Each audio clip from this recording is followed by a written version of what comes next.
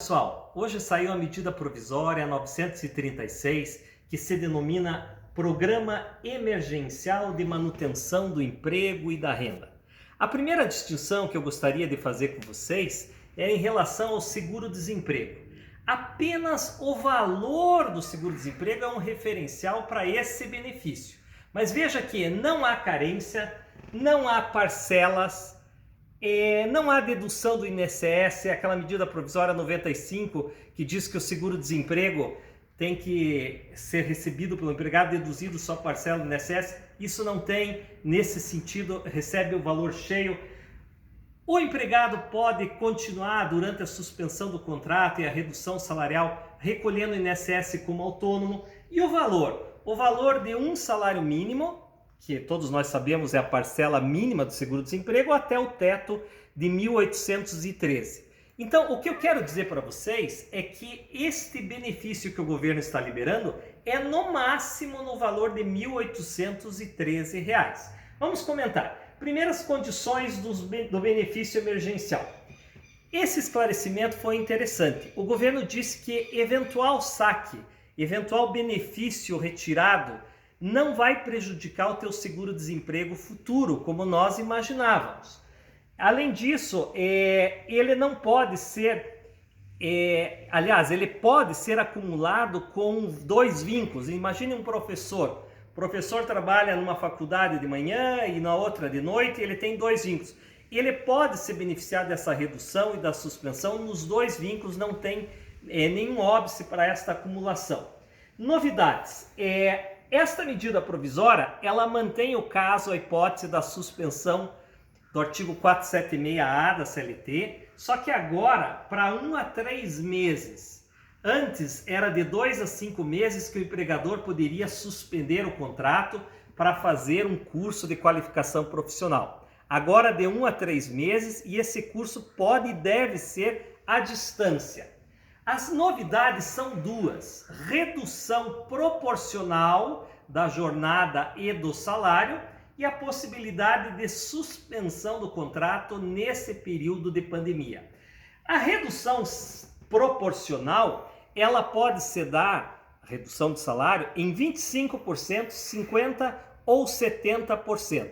E nessas hipóteses, nesse período, vamos imaginar de 1 mês ou 2 meses, a lei diz que é no máximo 2 meses, a redução pode ser até 3, a suspensão pode ser no máximo 2 meses. Nesse período de 3 meses, o empregado vai receber do governo uma bolsa equivalente ao programa de seguro-desemprego. Então imagine, reduziu 25%, de 8 horas para 6 horas, reduziu o salário proporcionalmente, de 8 horas para 25% do valor global. Aí o que faz? O governo, além disso, já que o empregado colaborou, paga para ele também esse prêmio relativo ao valor do seguro-desemprego que ele teria direito.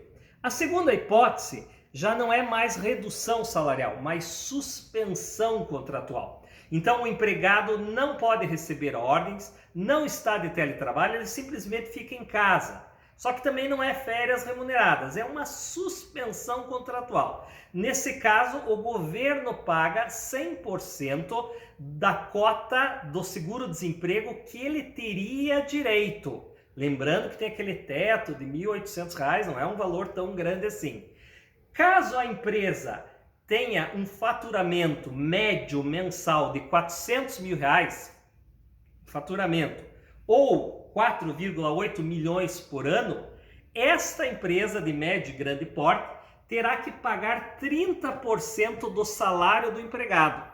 Então imaginem que uma grande companhia fez a suspensão contratual. O empregado então vai receber, vamos imaginar que ele ganhe 10 mil de salário, ele recebe 3 mil pago pelo empregador, para ele ficar em casa, suspensão, e mais 70% do valor do seguro-desemprego que ele teria direito. Soma-se esses dois benefícios. Mesmo assim, ele tem uma redução salarial, não há dúvida. Mas aqui vocês percebem que é um jogo de parceria, governo, empresa e empregado. O que esses dois benefícios têm em comum? As benesses, nesse período, seja de suspensão, seja de redução, o empregador tem que continuar pagando o vale alimentação, o vale mercado, o prêmio saúde. Agora, e o vale transporte? O vale transporte é um benefício regulado em lei para o trajeto casa, empresa, empresa, casa. Então, nesse caso, é uma exceção. Vale transporte não precisa pagar, porque está regulado em lei só para aquelas situações. Nos demais casos, na dúvida, tem que pagar todos os benefícios, as benesses que o empregado recebia antes da pandemia. Então, mesmo na suspensão, mesmo na redução, continua pagando os benefícios. E aqui uma novidade, uma estabilidade provisória no emprego.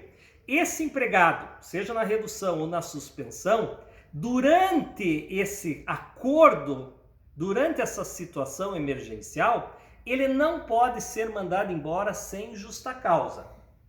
E se ele ficou 1 mês, 2 meses, ou redução 3 meses, ele tem, após cessar esse período de inatividade ou de redução, ele tem mais 3 meses de garantia de emprego. Então, se ele ficou 2 meses nesse acordo, ao voltar, mais 2 meses. Se ele ficou 1 mês na suspensão, na redução, 1 mês durante esse período, mais 1 mês. Então, sempre ele ganha um plus de estabilidade proporcional ao período que ele participou desse acordo.